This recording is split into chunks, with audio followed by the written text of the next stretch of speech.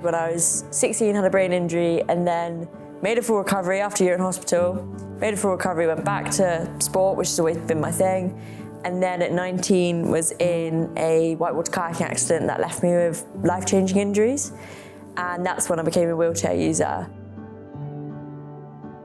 9 months after the kayak accident had happened, I was still in hospital. Progress had kind of stopped and I was having to come to terms with the fact that I probably wasn't going to be who I was before. I had an accident with a quad bike when I was in Costa Rica in March 2021. I was immediately paralyzed from waist down, and there I was told I would never walk again.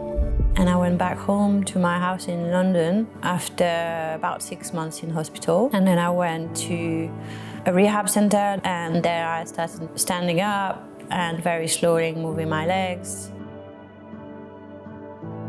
It was in 2016 when I was 16.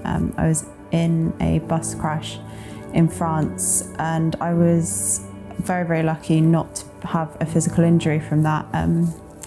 But my sister was on the bus as well and she was physically injured, and I think there was a sense of definitely survivor's guilt for one. I went through a grieving process of, not just who I was, but also the dreams, the aspirations that person had were gonna have to change, and it broke me. I felt like I hadn't suffered anything, so that made me hold on to the trauma more because I wanted to prove to people that it had hurt me. I didn't really know how to keep rehabbing or how to keep improving, and everything at home was really, really hard. So I felt a bit lost, really.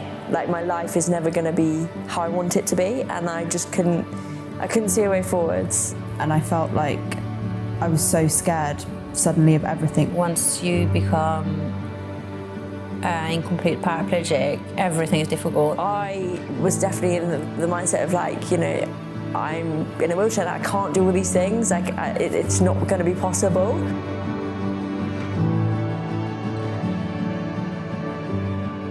And yeah, M2M have definitely proved that that is not the case at all.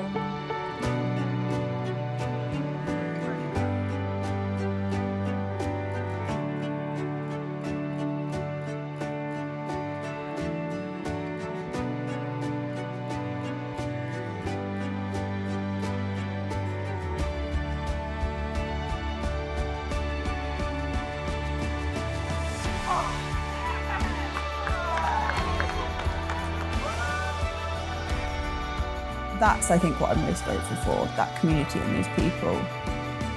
It's really been such a key support system that I don't know what I'd have done without.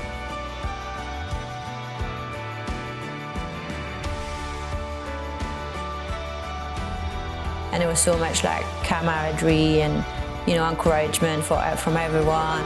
Yes, you got that nice foot, perfect. That's it.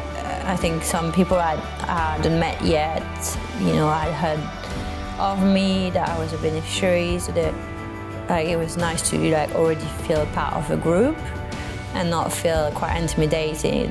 If you're struggling with something, you can just reach out. We didn't realise at all. Yes, that hand, yes, you got that hand.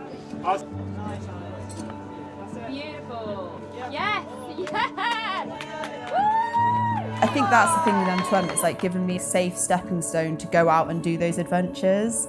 I think when you're not fully able, or when you have weaknesses, or some people have fears, it's hard to ask for help.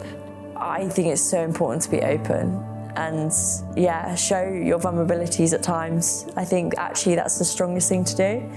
And that one of the proudest achievements I can say in my life was asking for help, which I don't think I ever thought I'd do.